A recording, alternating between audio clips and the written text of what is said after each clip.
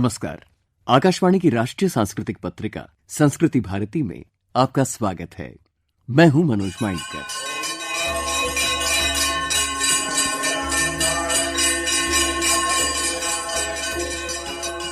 मार्गशीर्ष पौष की संगम बेला दिसंबर पर्वों के लिहाज से पूरे देश में महत्वपूर्ण है और अभिव्यक्ति की दृष्टि से उसमें आंचलिक विविधताएं भी देखी जा सकती हैं।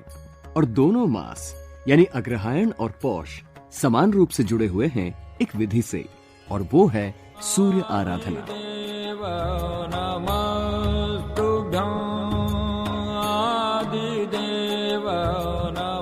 सूर्य आराधना की व्यावहारिक व्याख्या करना, वो भी आम दैनिक जीवन के परिप्रेक्ष्य में, तो कोई कठिन काम नहीं है। उत्तर भारत के शहरी क्षेत्रों में हेमंत शिशिर के ठिठुरन भरे दिनों में एक दिन भी अगर प्रदूषण या किसी अन्य वजह से सूर्य नारायण के दर्शन न हो, तो उस दिव्य प्रकाश के महत्व का पाठ अपने आप ही महसूस होने लगता है। बार बार आंखें आकाश की ओर देखती हैं, खिली धूप वाली सुबह के इंतजार में। और यही बात सारगर्भित रूप में निहित होती है पर्वों के संदेश में। और क्यों न हो, सनलाइट, सूर्य प्रकाश का हमारी खुशहाली, हमारे स्वास्थ्य, हमारी ऊर्जा के साथ गहरा संबंध जो है।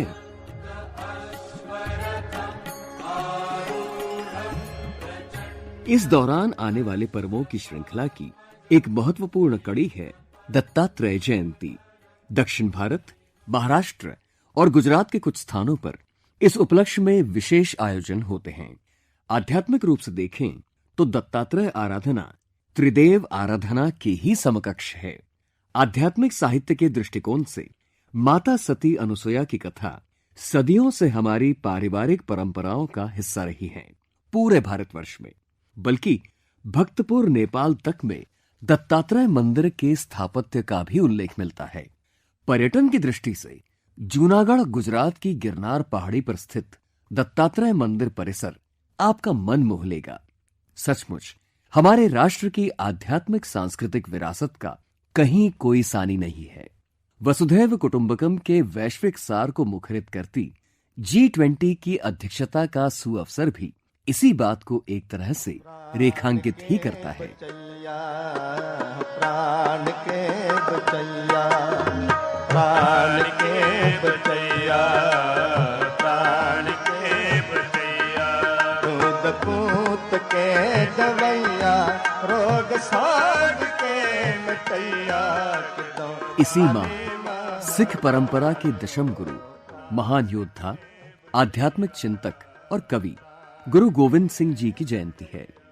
खालसा पंथ के संस्थापक के रूप में उन्हें देखें या संघर्ष और बलिदान भरे जीवन के प्रतीक के रूप में, हमारी राष्ट्रीय अस्मिता के फलक पर गुरु गोविंद सिंह का नाम हमेशा स्वर्णाक्षरों में अंकित रहेगा। एक ज्योतिर्मयी प्रेरणा स्रोत के तौर पर उनके योगदान को विनम्र नमन। सुनते रहिए राष्ट्रीय सांस्कृतिक पत्रिका संस्कृति भारती।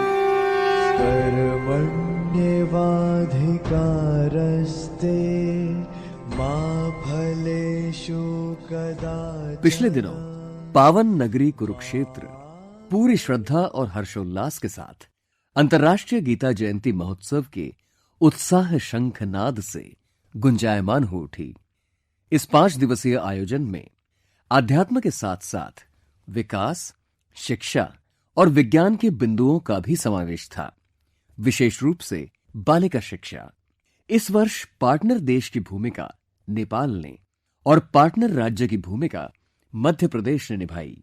मुख्य अतिथि के रूप में माननीय राष्ट्रपति श्रीमती द्रौपदी मुर्मू की उपस्थिति ने इस आयोजन को एक विशिष्ट गरिमा प्रदान की। कुरुक्षेत्र में अत्यंत पावन ब्रह्म सरोवर के तट पर आयोजित इस अंतर्राष्ट्रीय गीता जयंती महोत्सव में शामिल होकर मुझे आध्यात्मिक आनंद की अनुभूति हो रही है। ये लोकमान्यता मुझे रोमांचित करती है कि इसी क्षेत्र में सरस्वती नदी के तट पर वेदों और पुराणों को लिपिबद्ध किया गया था। इसे मैं भगवान श्री कृष्ण का वरदान मानती हूँ कि राष्ट्रपति के रूप में हरियाणा की अपनी पहली यात्रा को मुझे इस धर्म क्षेत्र से आरंभ करने का अवसर प्राप्त हुआ है।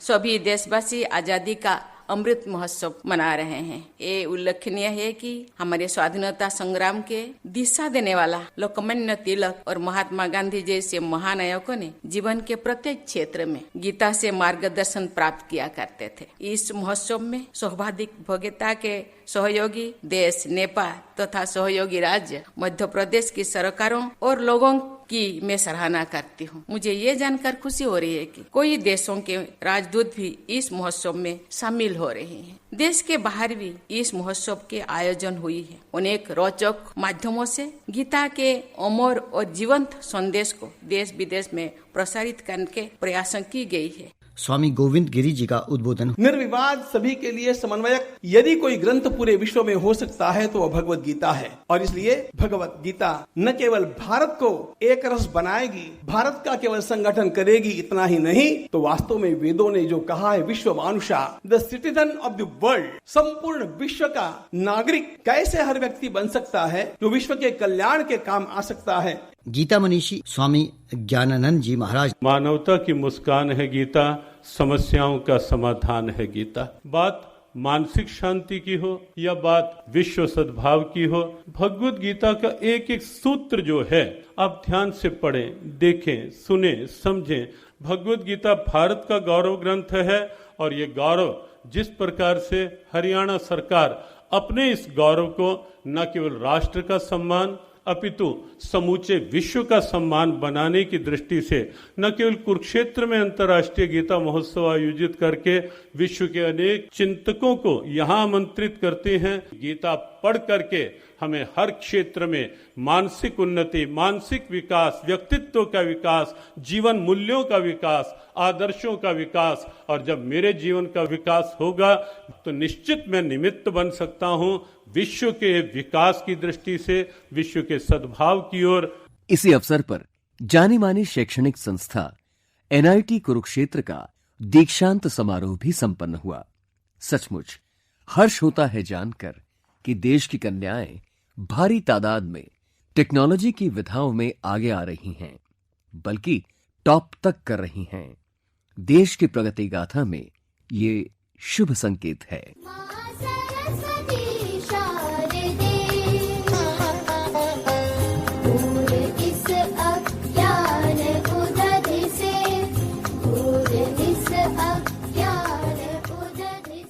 शिक्षा से मेरा आत्मीय संबंध है। अपना सार्वजनिक जीवन शुरू करने से पहले मैंने एक विद्यालय में अध्यापन कार्य भी किया था। शिक्षा से जुड़ी किसी भी कार्यक्रम में आकर मुझे विशेष प्रसन्नता होती है। आज डिग्री प्राप्त कर रहे सभी विद्यार्थियों को मैं हार्दिक बधाई और शुभकामनाएं देती हूँ। आप सबके माता पिता, परिवारजनों, गुरुजनों और सभी प्रियजनों को भी मैं बधाई देती हूँ। आपकी जीवन यात्रा में इस जगह तक पहुँचने में उन्होंने विशेष भूमिका निभाई है। आपकी सफलता के पीछे समाज का भी योगदान है। इसलिए मैं चाहूंगी कि आप समाज के प्रति अपनी कृतज्ञता व्यक्त करने के लिए समाज सेवा को भी अपनी प्राथमिकता में शामिल करेंगे। NIT कुरुक्षेत्र में इस धर्म क्षेत्र में साइंटिफिक टेम्पर को प्रसारित करने में एक अत्यंत प्रभावशाली भूमिका निभाई है। पिछले 6 दशकों में देश और विदेश में उच्च शिक्षा के तकनीकी संस्थानों के बीच NIT कुरुक्षेत्र ने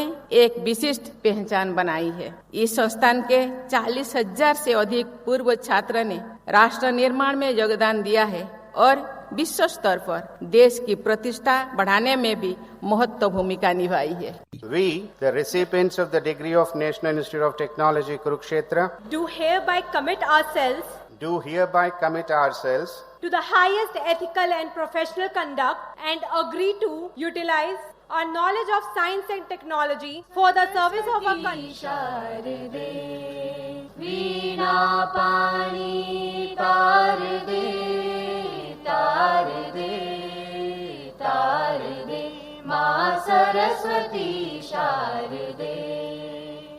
अंतर्राष्ट्रीय गीता महोत्सव 2022।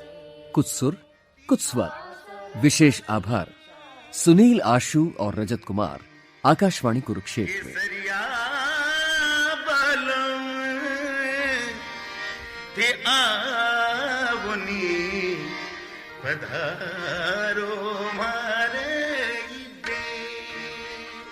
इधर झीलों की नगरी उदयपुर भी एक अंतर्राष्ट्रीय आयोजन में व्यस्त रही। हम सभी जानते हैं कि हमारा देश इस बार G20 शिखर सम्मेलन की अध्यक्षता और मेजबानी करने जा रहा है। इसी से जुड़े कुछ पूर्वायोजन भी पूरे उत्साह के साथ संपन्न हो रहे हैं विविध शहरों में। उदयपुर में G20 शेरपा मीट का आयोजन किया गया। एक लघु खाका पेश करते हुए भारत के Sherpa Amitabh Kant, We have tried to do everything in an informal setting. So all the priorities are coming out and they are responding to our priorities. We are having a very good detailed discussion. कुछ formal चर्चा हुई सुबह 2 session में, अब informal होगी। हम इसको आगे ले चलेंगे। इनफॉर्मल सेटिंग में ज़्यादा आसानी से सोल्यूशन निकलता है। तो अभी चाय पर चर्चा है, रात में भोजन पर संवाद है। तो ये सब चर्चा चलेगी रात भर। और कल रात में 12 बजे तक इमर्जिंग मार्केट का डिस्कशन हुआ था। उससे 12 से 1 ट्रोइका का डिस्कशन हुआ था। तो करीब 1:30 बजे तक चर्चा चली कल रात में और आज फिर चलेगी। आज बहुत लंबी चर्चा चली, सुबह से 8 बजे से अभी तक तो चर्चा ही चल रही है। बहुत ही बढ़िया रहा और सबने बड़ा एंजॉय किया।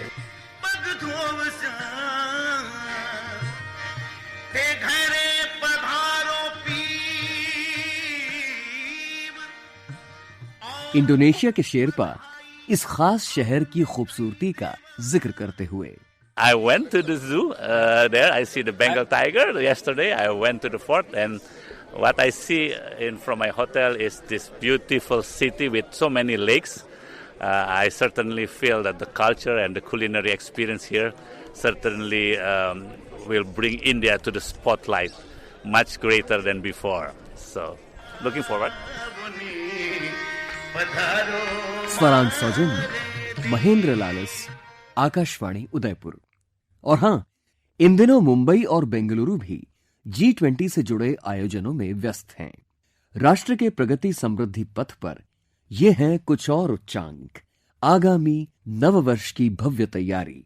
साथ साथ इंटरनेशनल ईयर ऑफ मिलेट्स का मनाया जाना विश्व की आम जनता की खुशहाली और स्वास्थ्य के प्रति भारत की चिंता को ही रेखांकित करता है।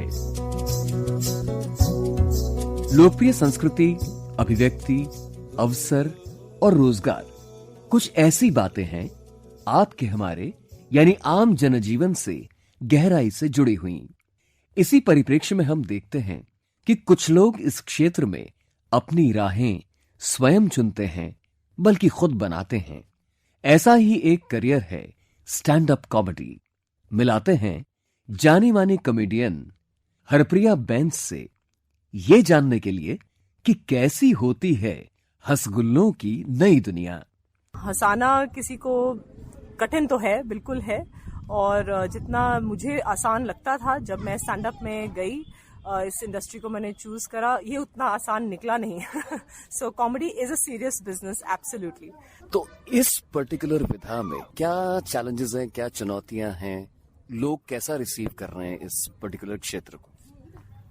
इस वक्त इनफैक्ट बहुत अच्छा समय, मैं कहती हूँ इंडिया में स्टैंड अप कॉमेडी का बहुत अच्छा समय चल रहा है और बहुत तेजी से ये आगे बढ़ रहा है। इनफैक्ट कोविड सिचुएशन में थोड़ा डाउन गया था क्योंकि सडनली स्टेज पर शोज पे आना लोगों ने बंद कर दिया, बट सडनली एक नया प्लेटफॉर्म मिला, वो था ऑनलाइन शोज लोगों ने बहुत करे। अच्छे हमारे जो फेमस कॉमेडियंस हैं, हमारे सीनियर्स हैं, अमित टंडन, नीति पाल्टा, अंशु मोर, इन सब ने एक ऑनलाइन शोज का ट्रेंड भी शुरू करा। और जब इन्होंने शुरू करा तो stand up again picked up and in fact वो दोबारा रिवाइव हुआ। और अब इनफैक्ट मैं कहती हूँ शायद कोविड के बाद मुझे लगता है लाइव स्टैंड अप कॉमेडी देखने लोग पिक्चरों से ज्यादा अब जा रहे हैं, ज्यादा लोग स्टेज शोज देखने जा रहे हैं than movies. In fact I don't think movies are doing very well, but stand up एक बहुत, it has really taken off, audience बहुत अच्छे से रिसीव कर रही है। ये इंडिया में लास्ट फ्यू ईयर्स से इसने बहुत पिकअप करा है क्योंकि आई थिंक ये सोशल मीडिया से सडनली प्रमोट करना इसे बहुत आसान है, वीडियोस डालना, सब कुछ डालना। सो इसलिए अब ये एक नेक्स्ट लेवल तक पहुंचा हुआ है। गांव-गांव में पीपल नो अब स्टैंड अप कॉमेडी क्या है। ये एक दिन अचानक क्या ऐसा सपना आता है कि मैं चलो और कुछ नहीं, मैं तो अब सब काम छोड़ के स्टैंड अप कॉमेडियन बनूंगी? मुझे नहीं पता कैसे होता है, बट सपना आता है या माता आती है, आई डोंट नो। कुछ तो आता है, बट ये क्राफ्ट थी जिसको मैं कुछ समय से फॉलो कर रही थी। फेमस कॉमेडियंस को मैं देख रही थी, उनके शोज, लाइव शोज भी देख रही थी, वो भी देख रही थी, तो मुझे ये बहुत इंटरेस्टिंग लगा। मेरे अंदर एक कीड़ा था हमेशा, कुछ ना कुछ। In fact you are a radio personality, और मुझे अच्छा लग रहा है आपसे बात करके, क्योंकि कहीं ना कहीं मेरा सपना एक्चुअली एक रेडियो जॉकी बनना था। I wanted to be a radio jockey. मैंने ऑडिशंस भी दिए हैं कई रेडियोज के, लेकिन मैं हर बार रिजेक्ट हो गई। सो ये कहीं ना कहीं रह गया कि मुझे वो जो कॉन्वर्सेशंस करनी है, बातें करनी है, यू नो, एक ऑडियंस के साथ कनेक्ट करना है, वो एक कीड़ा मेरे अंदर था। सो जब ये स्टैंड अप, और मैं स्टेज मैंने करा हुआ है, इन द सेंस कि मैंने थिएटर, स्कूल, कॉलेज वगैरह में प्लेज करे हैं, वो सब में थोड़ा मैं इन्वॉल्व थी। सो स्टेज फियर एज सच मुझ में नहीं था। वो बेसिक थोड़ा कॉन्फिडेंस है कि मैं स्टेज पे बोल सकती हूँ, और स्टेज फियर नहीं था। तो of course content writing, comedy is another platform, but मुझे ये बहुत ही इंटरेस्टिंग लगा कि ये कुछ ट्राई करा जाए। मैंने कहा चलो अब लाइफ में, अब तब मैं I was already 39-40 years old, तो मैंने कहा चलो अब रिस्क नहीं ली लाइफ में तो कब ली, तो एक मैंने कहा चलो ट्राई करके देखते, नहीं होगा तो नहीं तो है ही। अच्छा हरप्रिया, ये बताओ, क्या एक स्टैंड अप कॉमेडियन एक राइटर भी होता है? बिल्कुल जी, राइटर ही होते हैं stand up comedians. In fact you have to keep writing, in fact to really अपने जोक्स को वो इतना उसमें फाइननेस लाने के लिए, उसका एक टाइमिंग, बिल्कुल writing is very important. In fact जो जितने अच्छे राइटर्स हैं, बहुत से ऐसे भी स्टैंड अप कॉमेडियंस हैं जो बहुत स्पॉन्टेनियस हैं।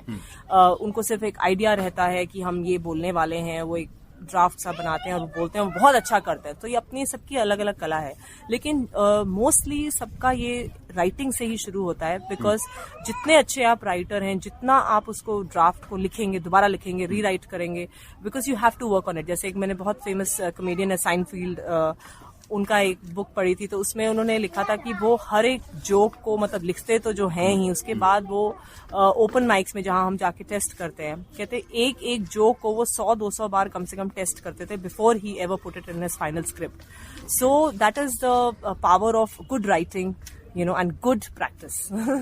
हरप्रिया, आप तो हैं ही स्टैंड अप कॉमेडियन, कभी खाली बैठे बैठे जब आप किसी और को देखते होंगे, किसी और की स्टैंड अप कॉमेडी, तो आपके फेवरेट्स कौन कौन हैं?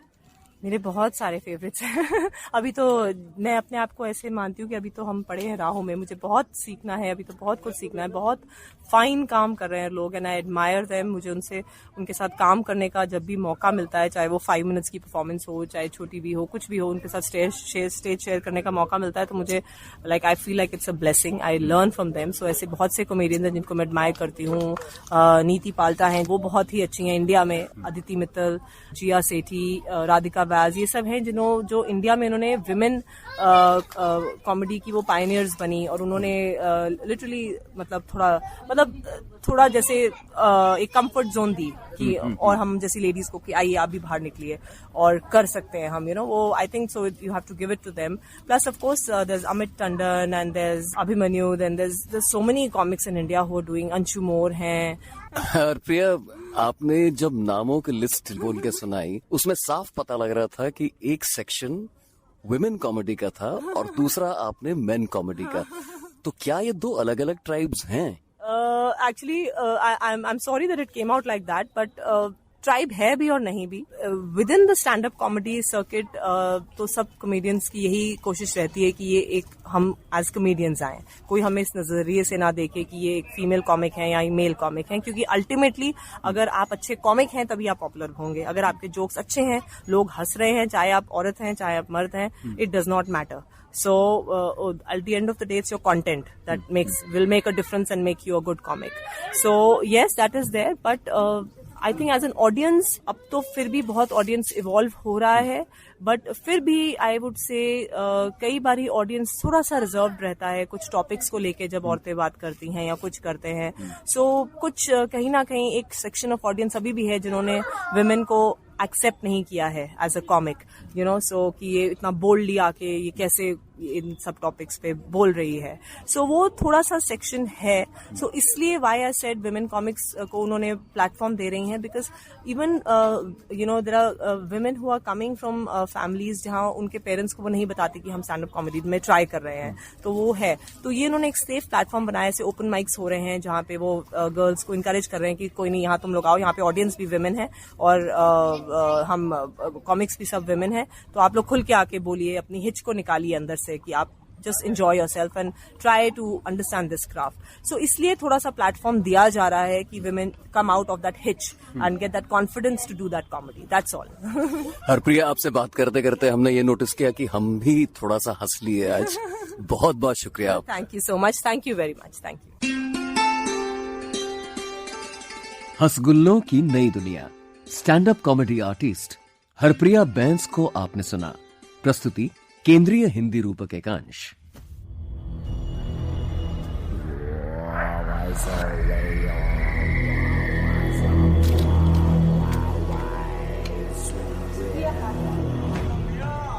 सिनेमा भी एक लोकप्रिय माध्यम है, मनोरंजन का एक प्रमुख साधन. लेकिन कभी कभी यही मीडियम देश के सुदूर अंचलों की लोक संस्कृति को बड़ी ही खूबसूरती के साथ प्रस्तुत करता है. असम की डिमिसा बोली में बनी फिल्म शेमखोर को तो राष्ट्रीय पुरस्कार से सम्मानित किया गया है. मिलाते हैं इसी फिल्म की अभिनेत्री निर्देशिका एमी बरुआ से. जानना चाहेंगे आपकी फिल्म के बारे में. मैं एक अभिनेत्री थी शेमखोर की पहले, लेकिन शेमखोर मेरा पहला फिल्म है निर्देशक के रूप में. तो मेरे लिए बहुत बड़ी बात है कि मेरी पहली ही कदम पे मेरा फिल्म ऐसे नेशनल अवार्ड की ये मंच पे आ पहुंचा और इसे बेस्ट दिमासा फिल्म अवार्ड मिला और साथ ही साथ मुझे अभिनय के लिए जूरी स्पेशल मेंशन मिला. तो ये मेरे लिए बहुत बड़ी बात है. ये सिर्फ संभव हुआ मेरे असम वासी, मेरे दिमासा वासी के आशीर्वाद के वजह से. आपकी मूल भाषा क्या असमिया है? हाँ, मेरी मूल भाषा असमिया है. लेकिन आपने फिर जब फिल्म बनाई तो दिमासा में क्यों बनाई? असल में हमारे असम में बहुत सारी ट्राइब्स है और हमारी कल्चर बहुत ही कलरफुल है. तो ऐसे ही एक ट्राइब है दिमासा. उन लोगों की मतलब वो भाषा जो है, जगह जो है, लैंडस्केप इतना खूबसूरत है. उनकी अटायर जो पहनावा है. तो मुझे लगता है कि असम में ऐसे बहुत खूबसूरत ट्राइब्स है और बहुत सारी अनटोल्ड स्टोरीज है जो हमें दुनिया के सामने लाना चाहिए.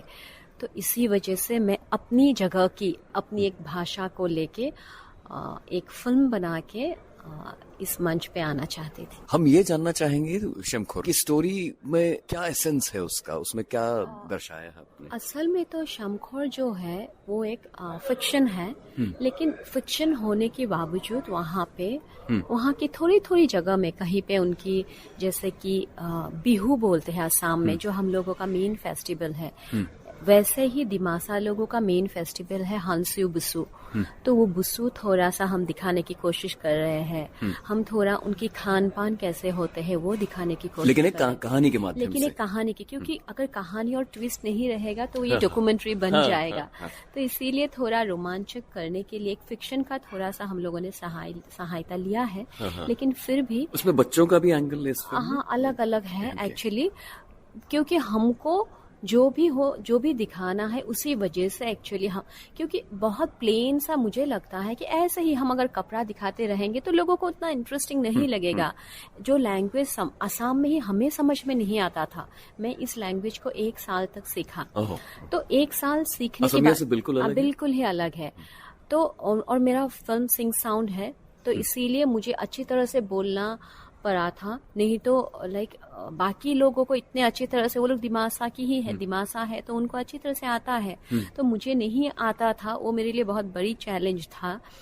तो मेरे मन में ये था कि कुछ ऐसा कहानी करके दिखाओ ताकि लोग कहानी भी देखे, उनकी कपड़ा भी देखे, लैंग्वेज भी सुने, जगह भी देखे. लेकिन जब वो फिल्म देखते रहेगा दर्शक, उनको लगेगा कि वो लोग वही जगह में है. तो आपने सिंग साउंड का नाम लिया. हम तो आकाशवाणी वाले हैं, हमारा फिल्म से कोई ऐसा कनेक्शन नहीं. तो सिंग साउंड आपने क्या ऑप्ट किया, मतलब 2-3 ऑप्शंस थे आपके पास? नहीं, मेरे पास यही था कि सिंग साउंड मैंने जो वहाँ पे रिकॉर्ड किया, सिंग साउंड की जो मशीन से जो रिकॉर्ड होता है हम लोग हमारे कपड़े के अंदर जो लेपल लगा के, वही मैंने फाइनल तक थोड़ा सा क्लीन करके लगाया। जो नेचुरल साउंड्स मिलती हैं। कोई भी एक भी वर्ड मैंने फिल्म में डब नहीं किया था, तो इसीलिए। लेकिन हाँ, बैकग्राउंड म्यूजिक था, उसको हमने एनहेंस किया, लेकिन उसको छोड़ के कोई भी जगह पे डबिंग नहीं मिलेगा आपको फिल्म में। आप एक अभिनेत्री हैं, आपने और भी फिल्मों में काम किया होगा, आपने डबिंग का जिक्र किया। क्या डबिंग करने के बाद, हमारे लिए बड़ी उत्सुकता का विषय है, क्या आप एक्चुअल वो एम्बियंस दे सकते हैं? देखिए, मुझे लगता है कि सिंग साउंड में जो मजा है वो डबिंग में कभी नहीं हो सकता। डबिंग में क्या होता है, हम एक बंद कमरे के अंदर वो आवाज सुन के वैसा करने की कोशिश करते हैं, लेकिन वो होता नहीं है। और जो नॉर्मली हम लोग जब बात करते हैं, जब एक्टिंग करते रहते हैं, तब हमारा एक्सप्रेशन, सांस लेने का तरीका, हंसने का तरीका अलग होता है। वो हम जितना भी कोशिश ना करें, हम 90% कर सकते हैं, बट 100% कभी नहीं हो सकता। आपको आगे आने वाले जो भी कार्य है आपका, उसके लिए बहुत सारी शुभकामनाएं। बहुत बहुत धन्यवाद। मैं एक्चुअली एक बहुत छोटी सी एक्ट्रेस थी, असम की छोटी सी जगह की। आज मैं आके नेशनल अवार्ड की मंच पर ऐसे खड़ी हो सकी सिर्फ मेरी दर्शक, मेरे सारे लोगों की वजह से। मैं सबको धन्यवाद देना चाहती हूँ। ये अवार्ड जो है ये मेरा नहीं है, मेरे पूरी असम की है, दिमासाबाशी की है। Thank you very much. राष्ट्रीय फिल्म पुरस्कार से नवाजी गई असमिया अभिनेत्री निर्देशिका एमी बरुआ को आपने सुना। प्रस्तुति केंद्रीय हिंदी रूपक एकांश।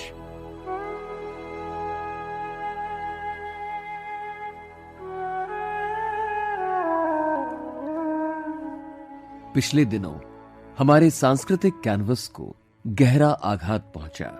मराठी लावणी सम्राज्ञी सुलोचना चव्हाण और पंजाबी अदाकारा दलजीत कौर ने अपने अपने जीवन की अंतिम सांस ली।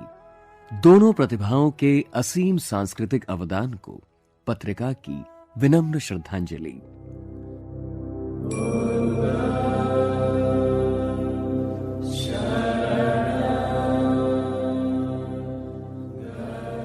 सांस्कृतिक समरसता के क्षेत्र में अनुपम कार्य के बारे में सोचते ही बाबा साहेब डॉक्टर भीमराव अंबेडकर का नाम अग्रणी रूप में मानस पटल पर छा जाता है। इसी महीने आता है उनका महापरिनिर्वाण दिवस। देश के कई स्थानों पर इस उपलक्ष्य में श्रद्धापूर्ण कार्यक्रम आयोजित किए गए।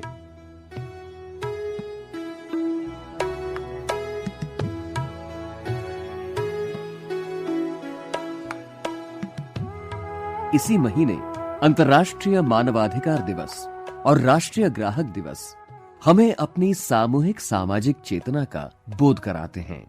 गहराई से देखा जाए तो दोनों दिनों का हमारी राष्ट्रीय प्रगति और अंतर्राष्ट्रीय ख्याति के साथ अनन्य रिश्ता है।